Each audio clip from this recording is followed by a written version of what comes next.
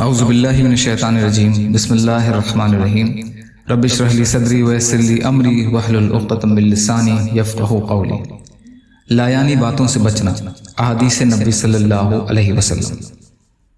حضرت معاذ بن جبل رضی اللہ تعالی عنہ سے روایت ہے کہ رسول اللہ صلی اللہ علیہ وسلم سے پوچھا، جو بات بھی ہم کرتے ہیں کیا یہ سب ہمارے اعمال نامے میں لکھی جائیں گی اور کیا ان پر پکڑ بھی ہوگی؟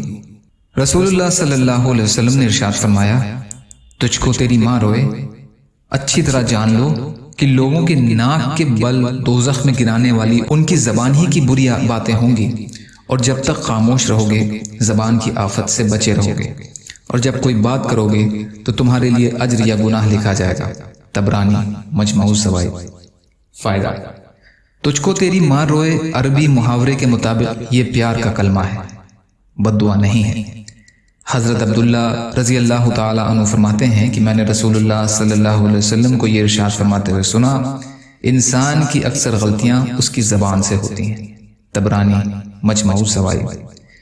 حضرت ابو الحکم کی صاحبزادی کی باندی رضی اللہ عنہا فرماتی ہیں کہ میں نے رسول اللہ صلی اللہ علیہ وسلم کو یہ ارشاد فرماتے ہوئے سنا، ایک شخص جنت کے اتنے قریب ہو جاتا ہے کہ اس کے اور جنت کے درمیان ایک ہاتھ کا فاصلہ رہ جاتا ہے، پھر کوئی ایسی بات بول دیتا ہے جس کی وجہ سے جنت سے اس سے بھی دور ہو جاتا ہے جتنا مدینہ سے یمن کا شہر یعنی سنا دور ہے۔ مسند احمد مجمع الزوائد۔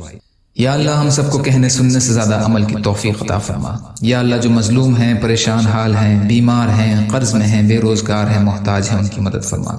یا اللہ دنیا اور آخرت کی تمام خیر عطا فرما، سچی توبہ کی توفیق عطا فرما۔ یا اللہ صبر کرنے والا، شکر کرنے والا، اچھی طرح عبادت کی توفیق عطا فرما۔